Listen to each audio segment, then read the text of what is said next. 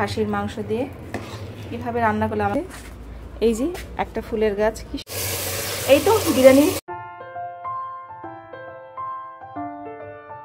আসসালামু আলাইকুম, সবাই কেমন আছেন? আমি তো ভালো আছি। আজকে আমার বোন এসেছে বাড়িতে, তো বোন এসেছে, দুলাভাই এসেছে, সাথে সাথে বাচ্চারা এসেছে। ওরা আসলে হসপিটালে গিয়েছিল বগুড়াতে। তো আস্তে আস্তে অনেক রাত হয়ে গেছে, আর কালকে বৃষ্টি হচ্ছিল, তাই ওরা আমার বাসায় চলে এসেছে। তাই আমাদের বাসা যেহেতু রাস্তার পাশে শেরপুরে, তাই চলে এসেছে যাওয়ার পথে। তো এখানে আমি আজকে সকালবেলা ঘুম থেকে উঠে রান্না বান্না শুরু করে দিয়েছি। রাতে এসে তো খেয়েছি, আর এখন রাতে ভিডিওটা করা হয়নি। এখন আমি কি রান্না করছি, সকালবেলা ঘুম থেকে উঠে বিরিয়ানি রান্না করছি, কারণ বাচ্চারা তো বিরিয়ানি খেতে অনেক পছন্দ করে। তাই বিরিয়ানি রান্না করতে বসে গেছি। চলো আপনাদেরকে দেখাই কেমন করে বিরিয়ানি রান্না করি। এই তো বিরিয়ানি বসিয়ে দিয়েছি, বিরিয়ানির জন্য মাংস আমি এটা প্রেসার কুকারে বসিয়ে দিয়েছি, যাতে ঝটপট রান্না করা যায়। সকালে নাস্তা হিসেবে সবাই খাবে, যেহেতু বিরিয়ানি, আর বিরিয়ানি তো সবারই পছন্দ, বিশেষ করে বাচ্চাদের এত ভালো লাগে বিরিয়ানি, আর বলের বোঝানো মতো না। তাই ভাবলাম বিরিয়ানি রান্না করে যাক সকালবেলা। আর এখানে তো আমি পোলার চাল ভিজে রেখেছি। 1 কেজির মতো পোলার চাল নিয়েছি। 1 কেজির মতো পোলার চাল পুরোটাই রান্না করব, যেহেতু অনেকগুলো মানুষ, বাসার সবাই মিলে।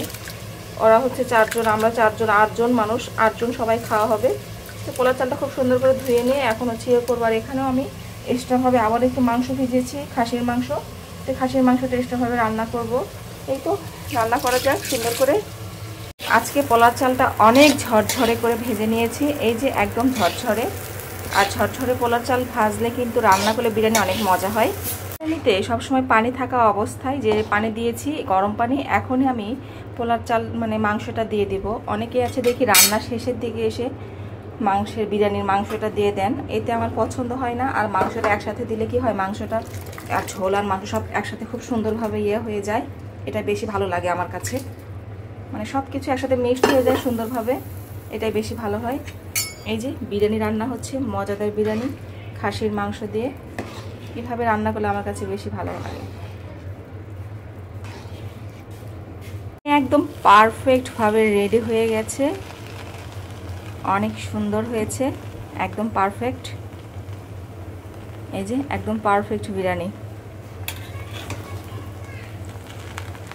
একটু সফট টাইপের। আমি একদম ঝরঝরে হয়েছে, কিন্তু সফট হয়েছে।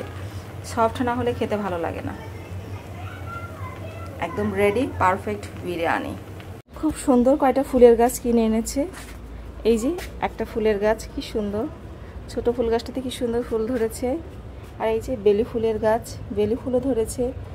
আমড়া গাছ, আর এটা কি গাছ বলেন, রঙ্গন গাছ। এই তো খুব সুন্দর গাছ। এই গাছটার নাম কি বলেন তো? এই গাছটা আমারও আছে, কিন্তু ছোট, এখনো বড় হয়নি। খুব সুন্দর কয়েকটা গাছ কিনে এনেছে। এই গাছগুলো আমার বোনের, ও বাসায় নিয়ে যাবে। আজকে বাসায় বোন এসেছে। ফুলগুলো কি সুন্দর, তাই না? ভালোই লাগছে ফুলগুলো দেখতে। আর গাছ তো আমার অনেক পছন্দ, আর আমরা নিজেরাও এখন অনেক গাছ লাগাতে পছন্দ করি। আর আমার গাছেও মাশাআল্লাহ অনেক সুন্দর গোলাপ ফুল ফুটেছে।